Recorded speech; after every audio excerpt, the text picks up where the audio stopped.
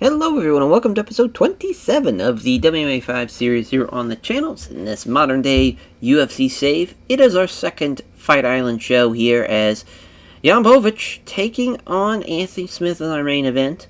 As we have a couple of pieces of mail. The one big one that I was stunned by is after UFC 253, Kai Kara France tested positive for PEDs. How can you be 5'5" in a flyweight and fail a drug test? That's the second flyweight that's failed, too. Unreal. You know, Kai Kara France, with that win, he would have been he's fourth. I'm going to say he's now a top 5 flyweight after his win. And he did it in pretty dominating fashion, too. Just sucks. Sucks to see that. So he's going to be gone for a year. Just great. And Jermaine Durandamy. She is out with her chronic upper back pain against Julia Pena. Pena will now be facing Sajaro Eubanks. That's happening in September. It's a couple of months. Well, it's just a month away, rather.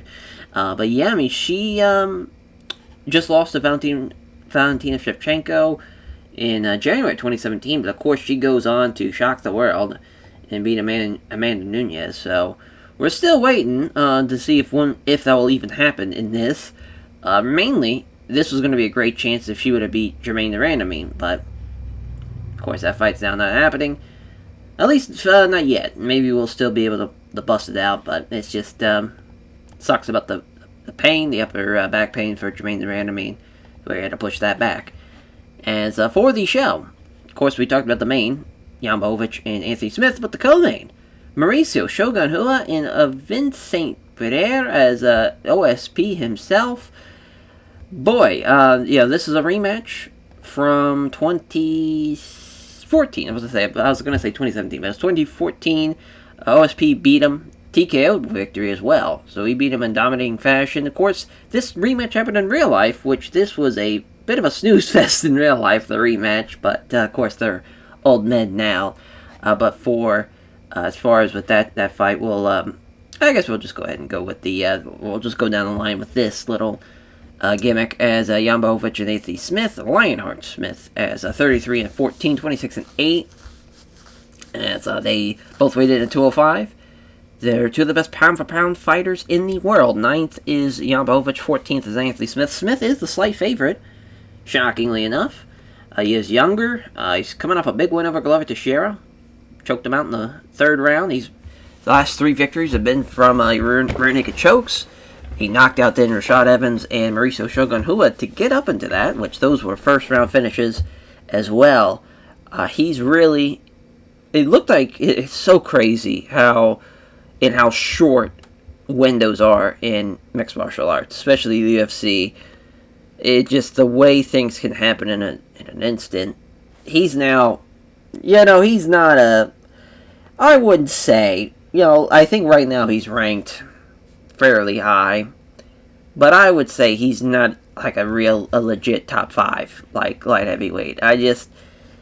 It's crazy because at this point, especially in this mod here, he is a top 5 guy. He just beat Glover Teixeira to secure that 5th spot. He's a pound for pound guy as well, which is kind of crazy. He has the size to be really, really good at light heavyweight, and especially with John Jones potentially leaving the light heavyweight division for the heavyweight division. But as far as Jan Blachowicz, though, he is a man that mainly was a guy that ended up taking the baton, if you will, and being the not only the champion, but a guy that was the first man to beat Adesanya at light heavyweight as far as in the UFC, but also beating him in light heavyweight. It's coming off the split decision win in Jacare Souza, which I'm glad they rated that average. It was a better fight than. It probably, it was better than I think a lot of people give it credit for, but it still wasn't that great of a main. Because I remember that was the Brazil gate. Yeah, that was the last time they were in Brazil. It looks like they got the weights all fucked up, because they're just like, it's so far in the past. But yeah, that was when Oliveira beat Jared Gordon, and Shogun beat Paul Craig by split draw. It was not a beat, rather, it drew him with a split draw. That was just a weird... I think it was just that, following that split draw, it's a weird thing. But he knocked out Luke Rockhold as well. The Corey Anderson fight, of course, happened in the save here. And he finished him pretty well, because as far as Corey Anderson, he was trying to lay and pray his way to victories, getting a couple of takedowns. And as far as Jan Blachowicz, towards the end of the second round, on the bottom, got on an armbar and won the fight, which was very, very thankful that happened, because you never want to see a lay and pray guy be a champion. But it's also nice to see Jan Blachowicz now take on Anthony Smith. Both guys are looking for their 10th victory in the UFC too, so that should be fun to see how that plays out. So back to Shogun and OSP, as of course for Shogun, he is still ranked. He's 20th. He's the favorite too. I think he was the favorite in real life as well. It's crazy. We gave him Yuri Prochazka, thinking Yuri was going to run right through him, and it ended up being a split decision win. It ended up being pretty close, from what I remember. Because Shogun was able to do a good bit standing wise with him, which is very, very funny to say. Of course, he beat Corey Anderson by split decision in the past. A guy obviously shocked the world back in 2007 when he won the Pride Middleweight Grand Prix. As I don't think they'll have that here, yeah. And then he went and he made his debut in the UFC, and everyone thought Forrest was going to lose to him as well. Ended up losing to Forrest. So but he was beat Chuck Liddell. It's crazy he fought Mark Coleman. I completely forgot about that at UFC 93. The Machida fight was crazy. As far as with, I always thought, obviously the rematch was nuts as well. He caught him with just as far as out of nowhere, basically. Then fought John Jones. The Forrest rematch just was kind of going back and forth, back and forth. It's kind of wild to think his only win streak was right when he obviously started, and then towards the middle of 2010 of the 2010s, but he beat Little Nog, Corey Anderson, and Villante. It's kind of wild how that works out sometimes, but yeah, I mean, it's wild to think that he's had a split draw with Paul Craig. Kind of thinking about it now, but yeah, I mean, it's different. It's a different Shogun than obviously Prime Shogun. He's a little fat. He's a guy though that is still now trying to be the gatekeeper of the light heavyweight division. But he's taking on a veteran and OSP, former University of Tennessee linebacker, of course. OSP. It's crazy that he beat Roman by Kimura in the first round. Actually, from what I remember, he was pretty dominant. Yeah, as far as, because I forget, I think he stuffed the takedown, because there's no takedowns, so he either stuffed the takedown or he pulled guard, which I don't think he would have. I think maybe Roman pulled guard, maybe potentially, if I remember correctly, and that's how he got the Kimura. But yeah, it's coming off a 2-fight win streak. Both guys have beaten Tyson Pedro, though, and of course, they debuted relatively the same time. Well, actually, no, as far as he fought Strikeforce before that, but yeah, Villante was his debut, won by a majority decision. He's fought Krylov, he beat Ryan Jimmo, he beat Patrick Cummins, as far as beat Rafael Clavante. Mainly was getting decision victories besides the Shogun. As I say that, they actually knocked out a couple of people. Had a couple of first round victories going into the Jimmo fight. I forgot the Ryan Bader fight. Yeah, it was a Fight Night main event. But yeah, just as far as the little fight streak he had in 2017, that was really his year besides the opening fight. He had a couple of bangers along the way. But yeah, that's just kind of where where OSP's at. It's crazy to think he's a top 10 light heavyweight at this point, but here he is. We'll see how he does, as both guys, 25th and 26th in victories. A lot of fight experience in there. Belal Muhammad against Michael Maverick Chiesa. As remember the name, Belal Muhammad. He's making his, as far as he is the favorite. Chiesa and both Belal Muhammad, 32 years old. Just lost to Lyman Good here in the mod. As I thought for sure he was going to beat him. It's just kind of why we made that fight. If I remember correctly, yeah, he was a minus 380 favorite. Lost to Lyman Good. hard to believe that. But as far as that's, it's funny he's having good to great fights as of in the mod here, but in real life it kind of goes a little bit by the wayside. Kind of once he knew that he was going to be fighting some top level guys. As for Michael Chiesa, another guy that I thought was going to be a bit of a kind of mainstay towards a top ranking, maybe just kind of outside the top 10, but relatively a top 15 welterweight for a lot of years to come, and not really the case. Now he's, as far as he's 22nd here, the Dos Anjos loss, I mean, yeah, he was kind of, I wouldn't say fed, but it was definitely like given to Dos Anjos on his path to potential welterweight glory. Hard to believe, he's only lost to some top guys. He fought Jorge Masvidal, Joe Lozon, which was a doctor stoppage, and then Kevin Lee, Anthony Pettis by submission. And at least, that was the first time he lost by decision, was Rafael Dos Anjos. But a guy that usually does not go the distance. Usually we see a finish. We'll see how that fight plays out, because I think stylistically they match up pretty well. They're very, very similar, and should be an interesting run. Dong Hoo Choi and Kevin Aguilar, the Angel of Death and the Korean Superboy. A couple of badass nicknames. And Kevin Aguilar is a pretty big favorite, minus 450, which is pretty crazy because Dong Hoo Choi is a savage in there. Of course, had the great fight with Cub Swanson, but it didn't go his way. It's crazy they only rated that decent because that fight rolled. But that's another story for another time. Charles Jourdain lost. The Jeremy Stevens lost. Of course, he took his time. Actually, I don't think he's taken his time yet. His the Korean military service. So, and we can't really replicate that in the game, obviously. So he's going to be rocking and rolling. But yeah, it definitely was an exciting prospect in a big way. Started very, very young. Has a lot of fight experience, but looking for that fourth victory and looking to make it 4-3 to at least stay above or at 500. As for Kevin Aguilar, though, 17-2. Yes, as 2-1 in the UFC. Lost to Dan Ige last year. Dan Ige's a tough man. Big featherweight, though. Big puncher at featherweight. He is ranked at 22nd.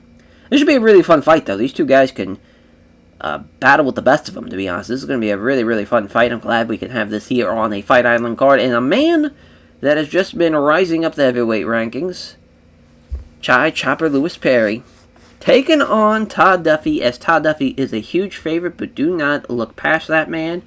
I did not think he was going to beat Tom Aspinall. He did.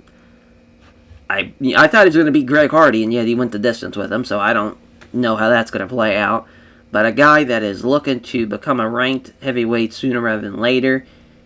He is a massively big heavyweight at 6'9". He's a great kickboxer.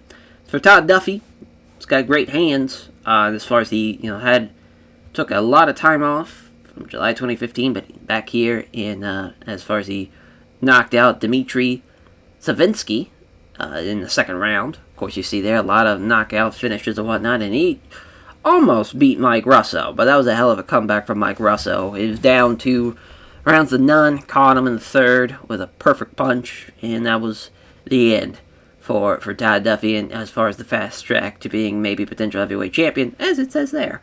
Him and Dana didn't get along, and he got released, but back here, he's still 34 years old, so it shows you how young he was a decade ago. As, as far as he's still the younger guy, it's crazy they only have the, just a couple of fights difference, actually one fight more, as Chai Lewis Perry, but he has had a lot of kickboxing experience along the way. If he uses his wrestling, should be pretty one-sided. We'll see. Plus, he's bigger, too, weight-wise. Then our prelim main event, Abubakar Nurmagomedov. It's Nicholas Dalby, the sharpshooter himself, a man who made a big splash in real life as of late. But as far as here in the save, he beat Danny Roberts. It was a 30-27 beating. And he's a hell of a fighter, though. I love what he can do. Obviously, a karate background, stand-up guy. A lot of people didn't give him a lot of chances, but I kind of gave him a snowball chance of him winning in his last fight. But he caught him perfect shot, perfect head kick. And as far as for him, he's 35 here. Looking to be a ranked welterweight, obviously sooner rather than later, and also looking for his 20th victory. I think he can do it. I mean, Abukar Nurmagomedov, though, is very, very tough. Brother of Khabib, of course. As far as he's a great prospect in his own right, but when you're kind of overshadowed by that, that tends to happen. Didn't really have a great run in the PFL. He just pretty much got signed because of who his brother is, as he lost to David Zawada back in November at the Zabit Calvin Kattar card at the ESPN plus the 21 card. We'll see how he does against a karate guy. Slight favorite. I mean, yeah, if he's able to grapple with him, he should be fine, but as far as Nicholas Dalby can catch him, he's going to be in for a world of hurt, is Abukar Nurmagomedov. As Dustin, so let's, I think, yeah, I always forget how to pronounce Dustin's last name. Solcevitz, is I believe how you pronounce it, against the Italian Dream, Marvin Vettori. Vettori, nice little favorite, minus 330. Obviously, Vettori into being a top 5 middleweight. He's on a pretty good run right now. He just beat Darren Stewart in the save back in March with a rear naked choke in the second round. Of course, Darren Stewart was ranked. You'd think he would have been ranked after beating a ranked guy, but nope. The ranking system's a little weird here. And then for Dustin from Lancaster, Pennsylvania, making his debut, as he is 12-1 real life here. In this part of the, in this part in time, rather, I guess you could say. He's got a tough fight, though. Marvin Vettori's a tough dude. And both guys are pretty much the modern equivalent of what kind of middleweights look like and look for. Obviously, Vettori's got a chin on him. A man that just can't be dropped, it seems like. As for the next contest, 135 fight, Andre Ewell against the Mongolian Knight, Alta Tang. As from Mongolia and China, the Inner Mongolia, as far as to be specific, in China, and then for Andre Ewell, Riverside, California, Smash Fu is his style. Bantamweight contest, but they have 15-6, 14-7-1, relatively similar records. He just lost to Cheeto last year in October. He's 2-3 in the UFC. As for the Mongolian Knight, he is 2-0, which he beat Ryan Benoit back in December of 2019 by split decision. It was a big fight for him. Big fight for both guys. Yeah, these guys are looking to prove that they can be a potential ranked bantamweight in that prelim contest. Then for Vince Pichel, as far as Vince from Hell Pichel against Brad Quake Riddell, as the Thailand kickboxing background, as far as for Brad, is crazy. As far as he is super fucking talented. He knocked out Omar Morales back in February in the save, knocked him out in the first round.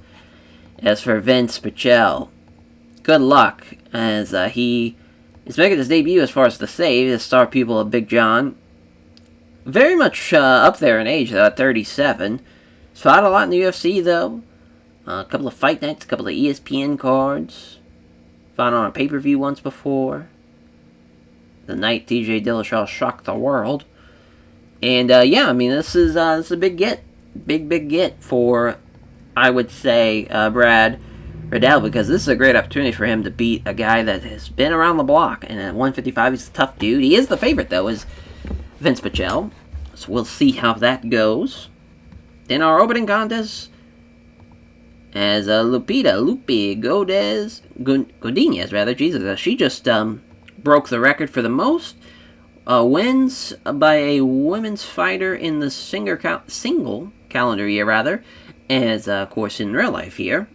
But she's taking on Ashley Yoder here, as both girls relatively new. Ashley Yoder has a little bit more fight experience, because I'm pretty sure Lupita Godinez is, I believe her record is off. But Ashley Yoder is the favorite. Relatively no surprise. Team Quest girl as well. She's fought a lot of tough talent. As far as we kind of ran through it a little bit. Yeah, she fought Angela Hill, Mackenzie Dern, Ronda Marcos, Sarai Kondo, Amanda Bobby Cooper as well, which she won by split decision there. I mean, it's kind of wild to think that a split decision here or there could have really changed things, but obviously that, women's strawweight, you rarely see finishes. Maybe we'll see one here. I was kind of not tempted to add this match to this card. this fight rather to this card, mainly because I was looking for finishes on Fight Island shows, but went against it. Anthony Smith and Jan Blachowicz, our main event, two of the best pound-for-pound fighters in the world. Blachowicz 9th, Smith 14th, 6th time that Anthony Smith has main event at a UFC event, 4th time for Blachowicz. As Blachowicz, though, finished 3 of his last 5 opponents, trains at Factory X Muay Thai. Does Anthony Smith, which Blachowicz is 1-0 against other members of that team. Pretty close on the Blurcast stat picks, though, 4-3. Slight edge to Anthony Smith. Shogun and OSP, a main event of the Fight Night card back in 2014, which OSP won by TKO. These two men are on much different paths in their career now, on the tail end of it. And as far as OSP, submitted 3 of his last 5 opponents. Again, in real life, Shogun was the favorite, and I believe OSP won by either split decision or unanimous decision, if I remember correctly, in real life in the rematch. But yeah, Shogun, he's the favorite in this one. We'll see how he does. Bilal, remember the name, Muhammad against Michael Maverick Chiesa. Muhammad trains at Roof Sport. Chiesa's 0-1 against other members of that team. Muhammad is 6-1 on the Blurcast stat picks, with Muhammad being the favorite. Chiesa with 1 backer in Tom B. I think it's going to be a lot closer than that. We shall see. The Korean Superboy, Dong-Hoo Choi against Kevin, the Angel of Death Aguilar. Even though Choi hasn't won since July of 2016, he is still a savage in there. Don't overlook him. Aguilar's heavy favorite, though, especially on the betting lines and here in the Blurcast stat picks. I think it's going to be a lot closer. I got faith in the Korean Superboy. Then our opening contest, Chopper Lewis Perry against the Irish Car Bomb Todd Duffy. Of course, Todd Duffy hasn't fought in a while, so don't be mistaken by the July 2015 notion of the last time he's lost. And, of course, he's finished 3 of his last 5 opponents. First time they fought, though, Duffy with the size advantage, with the weight advantage, but the reach and height advantage will be going to Chai Lewis Perry with a 6-inch reach advantage. Again, if Todd Duffy can get in close and grapple with him, it's probably going to be over for Chai Lewis Perry. Dalby and Nurmagomedov. Nicholas Dalby is the slight favorite. Very, very shocked to see that, to be honest. Usually I would see mostly the grappler having the advantage in the Blurcast stat picks, but for Nicholas Dalby, he's the favorite with his karate background. It's going to be a great fight, though. It's a fun main event for a prelim, as Dustin Zalessis against the Italian Dream Marvin Vettori. As Vettori is the favorite, 7-0 on the Blurcast stat picks. This is Dustin's debut. He's got a tough debut. It's Marvin Vettori. He drew the short end of the stick. I can now see why the Mongolian Knight is such a heavy underdog. Andre Ewell has an 8-inch reach advantage. That is insane. I mean, even when you have a 4-inch reach advantage, usually you have I think it's like a 55 or 60% chance of victory, as far as just from historical numbers, and as far as data-wise. And it goes up and up. I think once it goes to 8 inches, it's like 80% or something like that. Maybe the Mongolian Knight's got something for him, but now, as I see the reach advantage, yeah, I can now see why he was such a heavy favorite. As Vince from Hell Pichel against Brad Quake Riddell. Pichel's the favorite, but I would not count out Brad Riddell. If Vince is going to get the win, it's got to be with grappling. If I had to guess, I don't think he's going to outstrike him. We'll see, though. I could be wrong. As Lupi Godinez and Ashley Yoder, 5-inch reach advantage. A lot of fight experience. She's the betting favorite as well. We shall see how this one plays out. Herb Dean's a referee. Cage that judges here. Here we go. They touch gloves. Ashley Yoder appeared to be trying to get in close, but Godinez with a good left hand and a straight right, though. Nice 1-2 from Godinez. She's looking to keep on standing. 2 kind of left hands from Yoder. Look at this. How about this? Left jab, crunching right hook. 2 kind of left jabs. Connects with the jab, avoids the big right. Godinez doing a good 1-2 here. I'm loving the combinations. Another right hook from Godinez. Left hands now. Godinez opens up with a feint. Nice jab, then a beauty of a straight right. 2 kind of left hands from Ashley Yoder. Connects with a jab and also scores the right hand, lands hard. Pair of jabs. And so now Yoder hits a counter left hand. And there's a nice jab and a right cross from Godinez. Final minute here in the first round. Nice 1-2 again from Godinez. And she's got a nasty cut above her eye. So we got some bloodshed here. to stain the island. As Ashley Yoder with 2 counter left hands on the exchange. Catches her again with a right hook. Now Yoder's trying to grapple with her, but Godinez again with a 1-2. She definitely won that round, and that was a great first round. Yeah, I mean, there's some potential in the air now, as far as there's a smell of a potential upset. The crowd's buzzing for that one. Corner's trying to stop the bleeding there on Ashley Yoder, working on the cut. Godinez dodges the right hand, counterattacks with the right hand of her own. Now Ashley Yoder's trying to sweep her down. She's got her down finally. It's a great start to this round for Ashley Yoder. She was down in the first round. She's got her down here on the mat, looking to see what she can do. Up for an armbar here, but the Godinez stops that. They're going to stand him up with a minute left in the second. Godinez with the right jab, 1-2 from Ashley Yoder, which that cut was reopened after that last strike exchange. 2 jabs hit home, then she hits the big right hand. Nice 2 left jabs and a straight right from Godinez. Oh, wow, they gave it to Godinez. Interesting. I mean, I know she reopened that cut. Yoder didn't do a whole lot. She kept her down there for a while. But listen, I respect it, but I think for the fight, it's got to be 1-1. But we'll see. As the cut man's still trying to attend to her. We'll see what happens here. Beautiful right uppercut from Lupita. As far as Lupita Godinez. But the knockdown of the uppercut. Look at the finish of the fight here. Look at Lupi Godinez go. As she's got several big-time punches that sting her now. She's looking to hang on as Ashley Yoder. But Ashley Yoder, my God, heavy favorite in this one. And is getting beaten up in the worst of ways. And she's trying to pound away. None of the blows to any degree of power. She's struggling to get out of half guard. And now Yoder's trying to scramble out of here. It's a minute left. Not a whole lot going on now, but Yoder's on top. You have the scramble. She's unloading some right hands, but that's not going to be enough to win even the round. It might be 30-27. It is. All 3 judges score 30-27. Lupi Godinez, what a win and what a start to the prelim with a major upset like that. And she's going to be 8-2 here. It's very odd what her record's supposed to be. Might be that. It might be something a little smaller, I'm assuming. I'll have to probably change that. It's Vince from Hell, Pachel, Brad Quake Riddell. We'll see if another underdog's going to get a win here tonight. Ringside judges, here we go. Fight begins. They come together here as Riddell avoids the right hand and fights back with the left jab and a right hook. And there's a cut above the hairline now of Pachel. So there's back-to-back cuts here. Slipping past the right hook, attempting to attacks a glancing high kick. There's Pachel. Left hook from Pachel. Riddell with a left cross. Both are southpaws here. I'm very, very intrigued by this. Yeah, left jabs and hooks to the body. My God. Kind of tick for tat here. Riddell with a right cross that's blocked. Riddell, superb head movement that dodged a couple of punches and a big head kick attempt. Oh, here comes a counter with a left hand from Riddell. Riddell's doing a pretty good job. Countering with a right jab and a right cross, or a left jab and a right cross. Either way. Missing a couple of jabs, scores with a quick kick to the lead leg, though. And there's a leg kick from Riddell after the left jab. Halfway point in the first round. Been pretty back and forth. Pachel was opened up. I think it's pretty close and pretty even on strike exchanges here. We'll have to see the statistics here if we potentially get there. Because, oh man, Pachel coming in off a corner. It's a quick left jab, but the low kick that narrowly misses, though. Scores with the jab, the right hand's blocked. There's a left jab, but the right hand's blocked.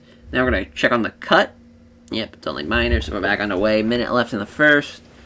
Misses the jab, can't connect with the right cross. Good head speed again from Riddell to stay off of any head kick attempts that are going to land from Vince Pachel. But Riddell, seeing the head kick coming again, counters with the left jab and a right hook, and he reopens that cut again to end out the first round. So they're going to give it to Riddell. I don't hate that. Yep, definitely outstruck him. Looking at the numbers, I thought it was a lot closer, but damn near doubled him. Actually did double him. So yeah, it's a great win. Oh, great first round win for Riddell. We'll see what he can do in the second. And now both fighters meet in the center, countering the right hand with the right hand. Does Riddell. Riddell again with a nice counter. It's attacks with a jab and a right hook to avoid the last possible second. Oh, there's a stinging right high kick here from Riddell. And he rocks him with it. Could be it here if he catches him with the right cross. Oh, but it lacked any power. See what he's got. Slipping past the right hook and counters with the right hook. Does Pichel. He is trying to hang on here. But Riddell's still firing away with some big-time strikes. Pichel, jab. Misses the jab. Hits the leg kick, though. Off target with the jab. Scores with a great right hook. Left hook from Riddell. Left hand from... Oh, my God. Pichel and Riddell. I mean, they're going tick for tat here in the second. And he gets suckered by a feint. There's a nice roundhouse kick. Rocks him again.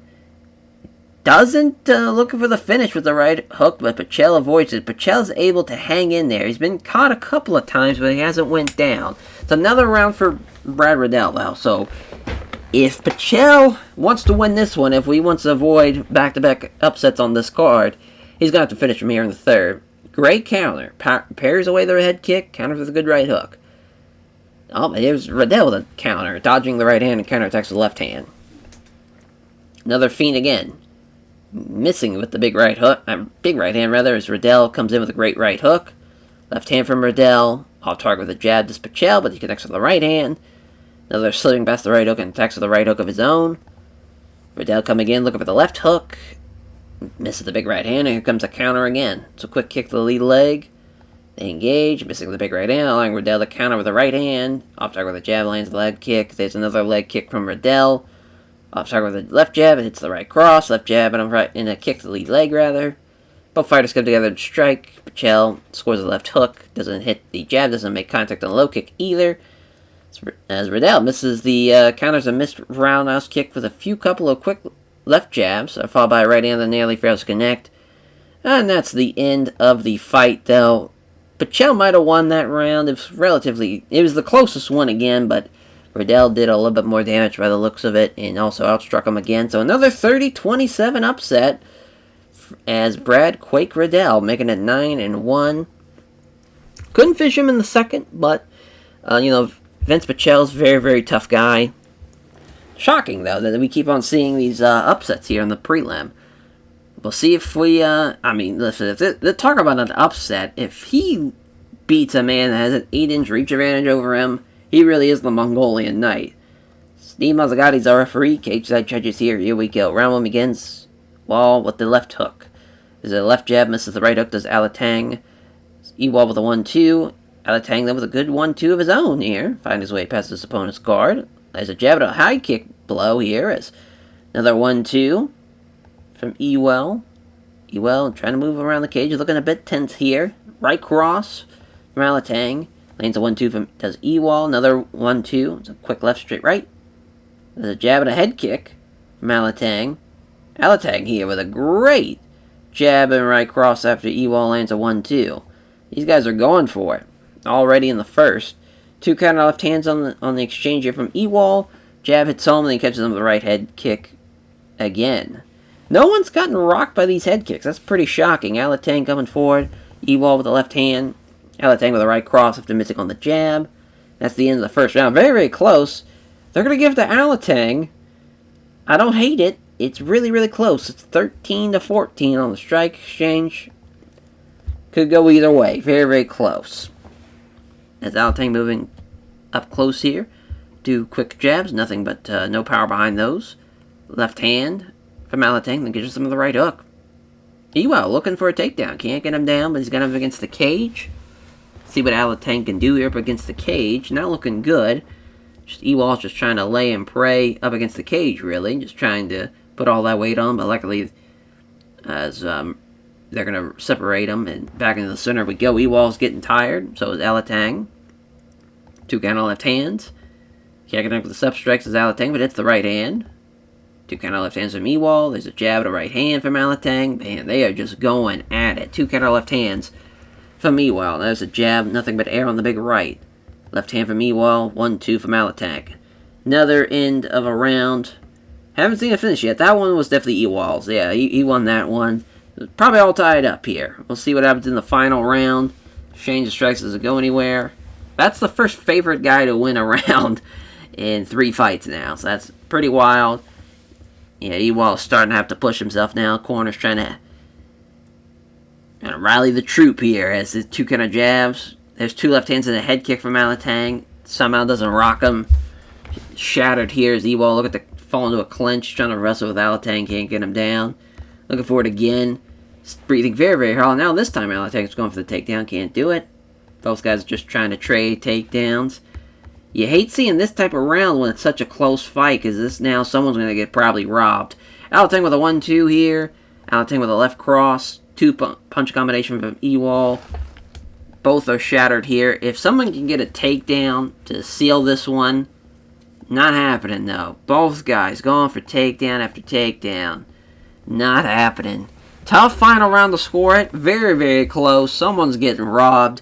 Narrator's giving it to Alateng, so that would be another upset if that's the case. Sal D'Amato, 29-28 Ewald. Actually, I didn't even look to see what the metrics were for that round. Very, very close. 6-7. Alateng stopped 6 of his takedowns, while Ewald stopped 3 of Alateng's. It's going to be tough. And we got 29-28 for Alateng. 30-27 for Ewald. That's... I mean, listen, I don't want to say that's crazy, because that first round was very, very close.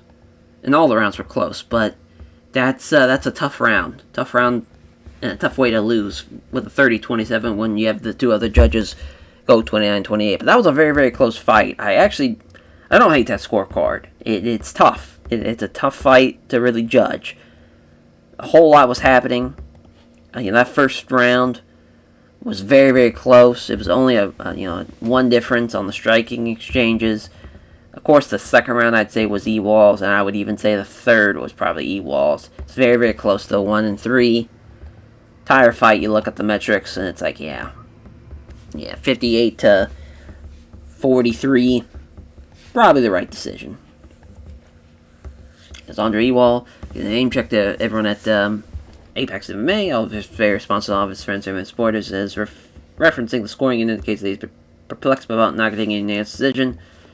Yeah, I don't know about all that. It was very, very close. Dustin versus Vettori. It's our next contest on the prelim.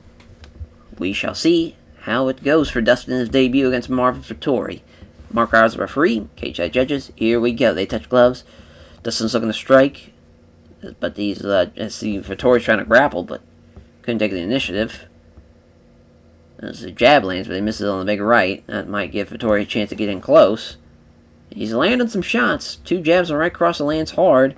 Jabbing a vicious right hand. Now Vettori gets a hold of him. Looking for a slam. He slams his ass down. Oh, Vettori's just trying to lay and pray. Hate to see that. As, wow, as far as Vettori's trying to pass guard, finally. But it's a scramble now. Dustin's quickly grabbed him against the cage. Vettori looking for another takedown. He's got him down again. And that's the end of the first. Yeah, Vettori won that round for sure. Even though he didn't do a whole lot of damage.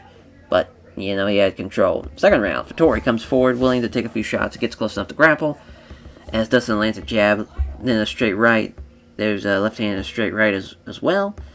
Dustin, as far as if he keeps on standing up with him, he'll be fine. He's got him with a gash down underneath his eye. But Vettori's able to grab him in another takedown attempt. Finally, he gets stopped. But he's clenched up again. Probably, well, no, Dustin's hanging in there. But here comes a slam. Slams his ass down. And another lay and pray. I hate to see that, because you could slam him down like that. Dustin's bursting into life looking for a scramble, but he's too quick, and now he's got side control. And Dustin's trying to sweep, not happening. He's doing a lot of work from the bottom. Dustin's not giving up. But it's just tough. Tough. Vettori's tough. Tough guy to take out. So it's 2-0 on this scorecard. Dustin needs a finish, but I don't think it's going to happen.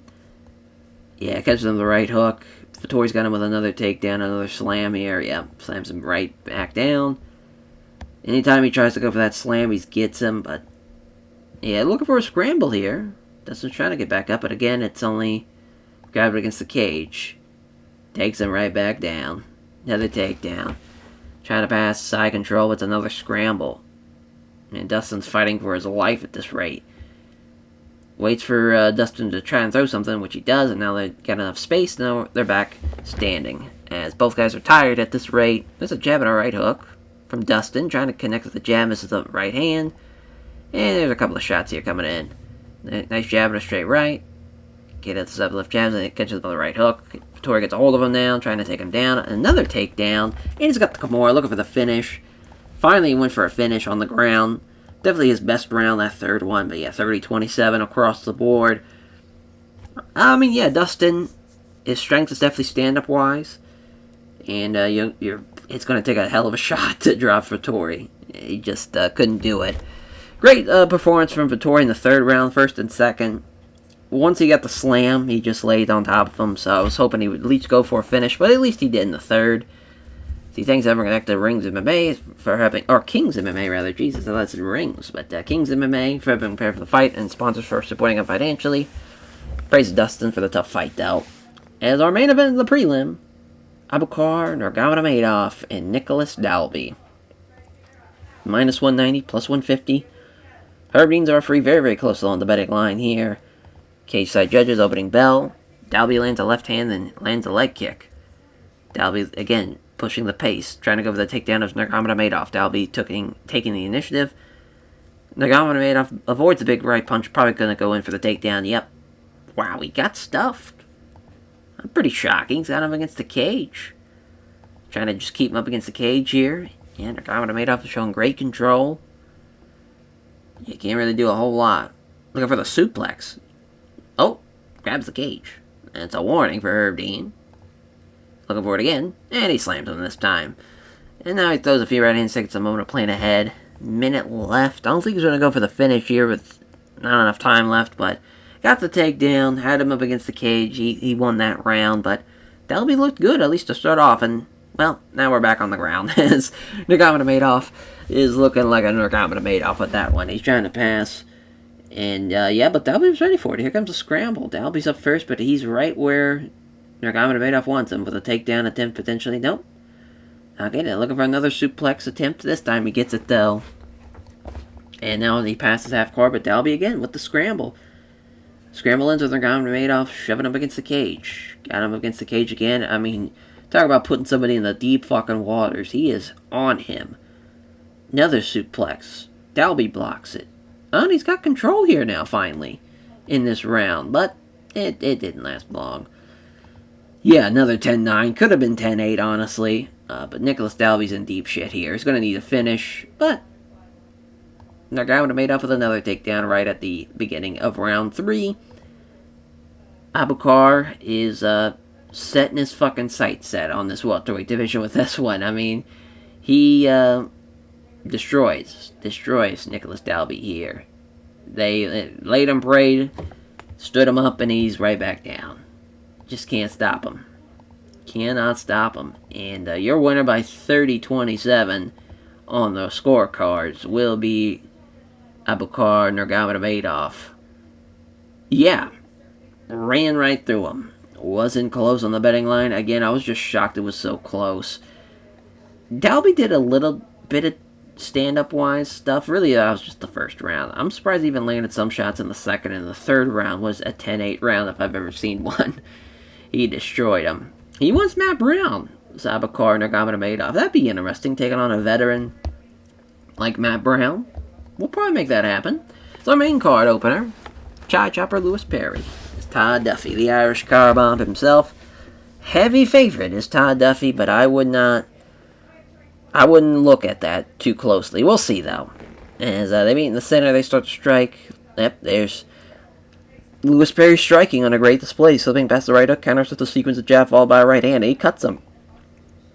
Lands the 2 jabs as Lewis Perry, but his right cross is blocked, and now Duffy with a great right hook. Both fighters can throw, but neither can land a shot. Both guys can hit their right crosses now. There's a misses the right hook and gets kind of a jab and a powerful right head kick. Todd Duffy is knocked down. A plus 700 underdog knocks him down, and yet we saw it coming. Crazy. Looking to finish the fight here in the first, and he will. Mark Goddard jumps in and stops the fight. Todd Duffy goes limp. I can't believe it. He wins it. Chai Lewis Perry. Well, we're so locked into this roster that we can sense when something crazy is going to happen. That was one of these moments. Even as a plus 700 underdog, it's like, listen, they got those odds fucked up. It's a lot closer. And if we figured Todd Duffy's chances were wrestling, didn't even go for a takedown, tried to stood up with him, and that was a big mistake. A fatal mistake in this case, as he loses in the first round. Incredible stuff. As man, as far as how that would go in real life, a plus 700 underdog, I don't even know. I'm pretty sure that's lower than Sierra, not Sierra, Matt Serra and GSP. But I think it's lower, or it might actually be the same as when Roxanne Modafferi beat Macy Barber. I want to say that was plus 700 odds. Very, very shocking. Very, very shocking there. As the Green Superboy, Do-Hoo Choi against the Angel of Death, Kevin Aguilar. We'll see how this one plays out here. Steve Mazzagatti is our referee. Cage side judges. Here we go. They touch gloves. Center of the cage here. Left hook from Aguilar. Left hook to the body from Choi. Both fighters come together here. Left jab misses the high kick. Left jab doesn't connect to the right roundhouse kick to the body. Choi with a great slip here. Slipping past the right hook and counters with a jab and a right cross. Off target left jab also has the right hand taken on the gloves. Aguilar with a good two-punch combination, but Choi with better defense here. Avoids both of them with good movement. Choi manages to connect with the two punches out of a flurry, then connects with the right hand. Jab and a right hook from Aguilar. Left jab. Doesn't make contact on the low kick, though. There's two quick punches, but can't connect on the spin kick. Does Choi. Exchange of strikes. Doesn't go anywhere with it. Choi misses the jab, but scores a glancing blow with a high kick, and Aguilar with a 1-2. Right hook to the ribs, but misses as Choi. Aguilar can't connect with the... can't catch him here. Has just Choi so good. Defensively, he's fast. He's able to slip away from movements here. There's a left jab and a roundhouse kick to the body. Three-punch combination from Aguilar that ends with a right cross. Left jab and a spin kick from Choi. Very, very close. A lot closer than what they gave the betting line to. Aguilar with a 10-9. I don't know. That is close. It's dead even on strikes. You guess he did more damage with the power strikes, but very, very close. I would have honestly gave it to Choi, but felt like he dominated the round a little bit more. At least I felt like he controlled it a little bit more.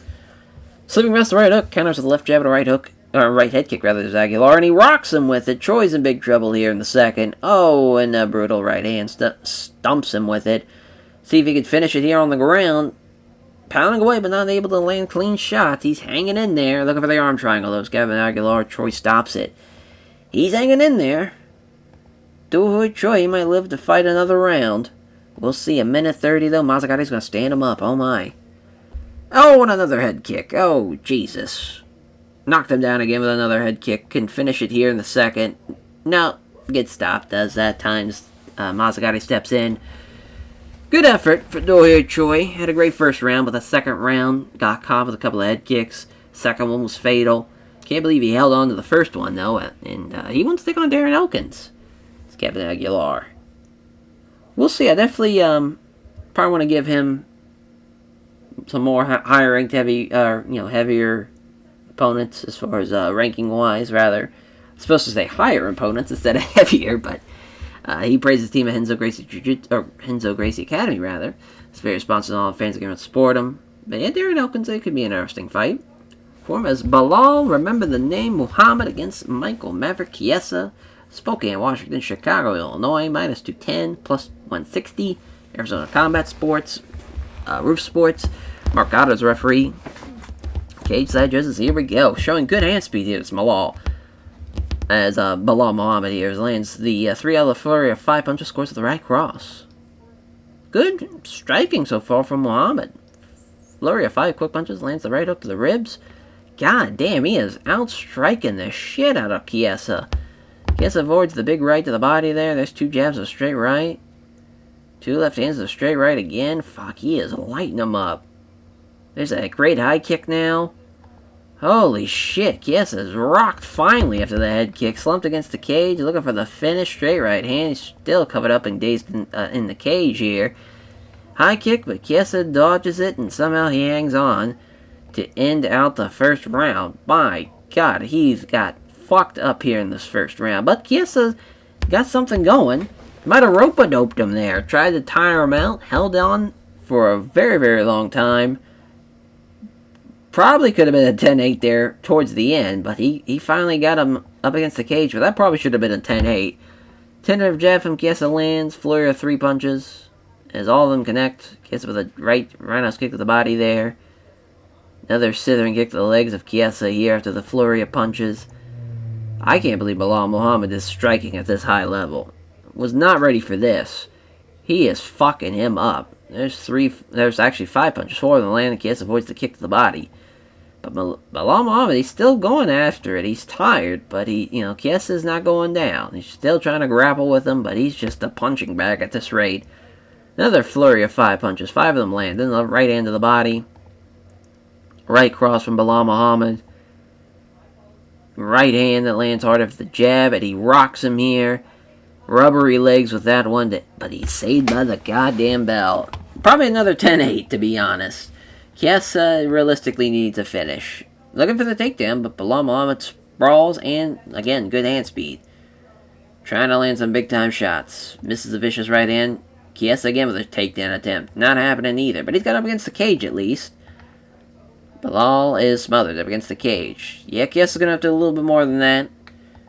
Still can't take him down. Boy, Belal Muhammad just showed a great showing. I mean, it should have been 30-27 decision. Actually should have been fucking 30, probably 30-20, about 30-25, potentially. But that's alright. Belal Muhammad gets the win. Remember the name. 17-4, 16-6 for Michael Chiesa. Just got his fucking ass beat, for sure. So he gets a name check there by the Roof Sport. His various sponsors all of his friends, family, and supporters. I mean, Chiesa held in there, though, for 3 rounds. Couldn't finish him. Could not finish him. Did Muhammad. As our co-main event, Mauricio Shogun Rua, OSP. So OSP, good favorite, or good size on him, as OSP rather. Good underdog for a plus 250, minus 300, plus the guy who's already beaten him in the past. Wouldn't be a terrible idea to go his way. As for Shogun, looking for that 27th victory, looking to get a big win. Kings MMA was already had a success tonight. We'll see if there's another one here for Shogun, and he's able to avenge this loss. Toe-to-toe strikes, neither fighter can land anything significant. Shogun with the left hand, misses the right jab, hits the right roundhouse kick to the body. Shogun with a counter jab, 1-2 from OSP. Shogun avoids both of them. 2 left hands off the counter from Shogun. Right jab to big left, though, to Shogun avoid. Dodges left hand and counterattacks with a good right hand of his own. Does Shogun. Shogun with the left hand. 1-2, doesn't let either blow. Shogun fools him with a feint. Dodges the left hand and counterattacks with a quick left jab and a right hook. Doing a good job. Countering his Shogun. Great right hook there again. There's a clean right hand off the counter.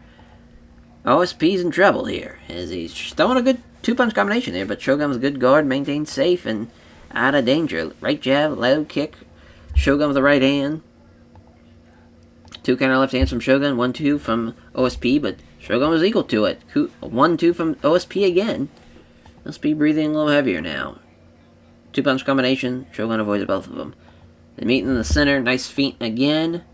This is the leg kick, that's momentary off balance. He gets countered with a nice left hand from Shogun. Yeah, I mean, Shogun did more, for sure, did much better counter-wise. Landed a couple of powerful shots, too, by the looks of it. Didn't even rock him, though, so shout out OSP for that. I'm surprised OSP has a win for a takedown. We'll see if he does here in the second. 2 left hands from Shogun. Right jab, and Shogun avoids the big left. Maybe he's afraid of what Shogun can do in his guard. Misses the big right hand. Here comes a counter from Shogun. Quick left jab and a leg kick that misses. Right jab, misses the left hand. Left hand from Shogun. Oh, and he cut him with that one underneath the eye. So now he's done damage, and he's probably won this round as well with that. Straight left hand from OSP. Starting to lower his hands a fraction. That's not great when you're taking on somebody as dangerous as Shogun. Here's a sweep attempt. Oh, he's got him. Looking for the Kimura. And he's got it too. Avenging his loss with a 2nd round submission win with the Kimura. Great win for Shogun there.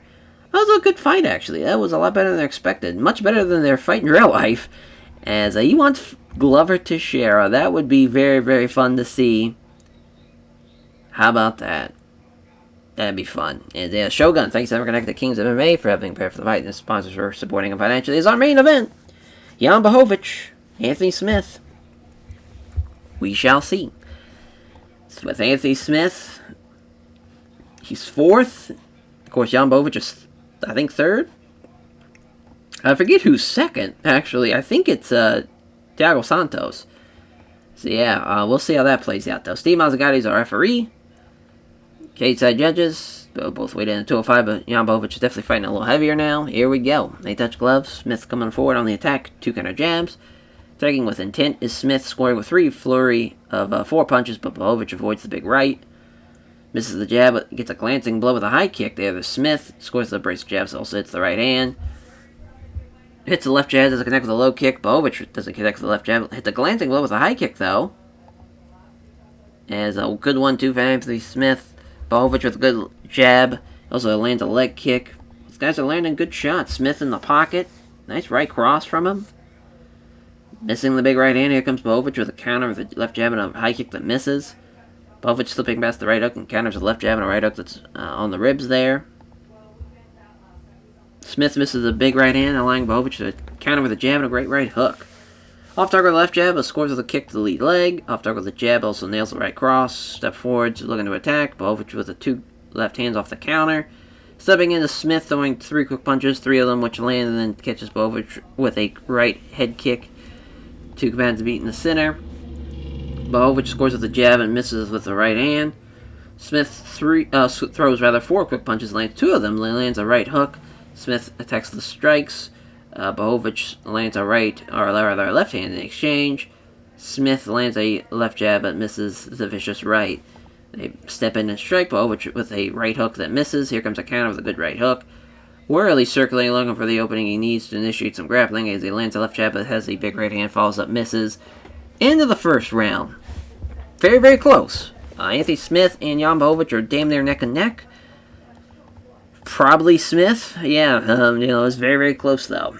2 counter jabs from Blachowicz. Jab is wide, hits him with a leg kick. Blachowicz comes forward on the leg kick here. 2 counter left hands from Smith. 2-punch combination avoids both of them. Left jab and misses the head kick. Oh, there's some quick hands from Anthony Smith. 5 quick punches. Smith is getting tired, though. Comes forward on the strike exchange. Jab misses. Fails to land any of the strikes, and the combination ends with a slithering low kick. Right cross from Smith. Oh, there's Blachowicz with a massive right hand on the jaw. Massive right hook. Knocks down Anthony Smith. And looking to finish the fight here in the second. Now he's looking for mount. Oh my god, now he bucks his hips and they're starting to scramble. What in the world is going on? Blachowicz fires off and quickly grabs him now up against the cage. I can't believe he couldn't finish him. Then he was going for mount? What in the world is going on? Here's Blachowicz with the left hand. Blachowicz with a crunching right hook now. My god. He catches him with a crunching right hook to Smith. We'll see here. Avoids the jab, but is able to move into the pocket. 1-2. Was able to avoid both of them. Blachowicz with a right cross. There's a 2-punch combination, a right uppercut, and he knocks down Blachowicz. What is going on in this second round? Is Anthony Smith going to come back and win? He will. Oh my god, what a comeback for Anthony Smith. That second round was crazy. Dropped him. Thought he had him. Thought it was over. Anthony Smith gets up, though. Somehow shakes the cobwebs off and finished the fight in the second round. My god, what a win for Anthony Smith. He wants Ryan Bader. What in the world? Oh, that's right. I think we did sign Ryan Bader. Well, let's say you're calling out the fucking Bellator champ. But no, we brought him in. Felt like it'd be fun to kind of have him come back. I know, I just feel like he's crushed everybody he needs to in Bellator. To fight somebody, at light heavyweight, especially with this division going to be opening up when John leaves. And yeah, I just feel like that's a great time. So he calls out Jan Blachowicz. How about that? Or calls out Jan Blachowicz. Calls out Ryan Bader. Maybe that's who's ranked second, is Ryan fucking Bader. But yeah, Kevin Aguilar, Troy was a good fight. Same thing for Chai Lewis Perry with that huge upset. Shogun with the finish in the second. A lot of second round finishes. In the first one, obviously, with the Chai Lewis Perry knockout. Wild first round. Wild main card. All around, I'm very, very pleased with how that played out. Only 1,475, though, here for the Fight Island card. We did increase our popularity somewhat, but yeah, we definitely have to give performance bonus. Chai Lewis Perry. One for Bilal Muhammad, who's now ranked, beating a ranked guy. One would assume. Performance bonuses for both. Jan Blachowicz and Anthony Smith. We'll probably keep it as that. See if we make any money off of this. Oh, we made 220 grand. Not bad at all. We'll gladly take that. As that will do it for this episode, though. Thank you all for watching as we end out the month of August, going into September now. And all things considered, I'm very, very pleased with how that show went, especially that main card. That main card was a lot of fun. We have a great heavyweight contender in Chai Lewis Perry. I mean, we probably should do him and Juan Adams at this rate, the way those two have been on the collision course. But actually, I think what we're going to do, because Juan Adams knocked out Tai Tuivasa, he gets to take on Anthony Johnson. Because it was crazy to think. He was third, Tai Tuivasa. So, I mean, it's going to be a crazy fight. Crazy fight for sure. As I want to look at the rankings here at middleweight, or light heavyweight rather. It is Ryan Bader. That's hilarious.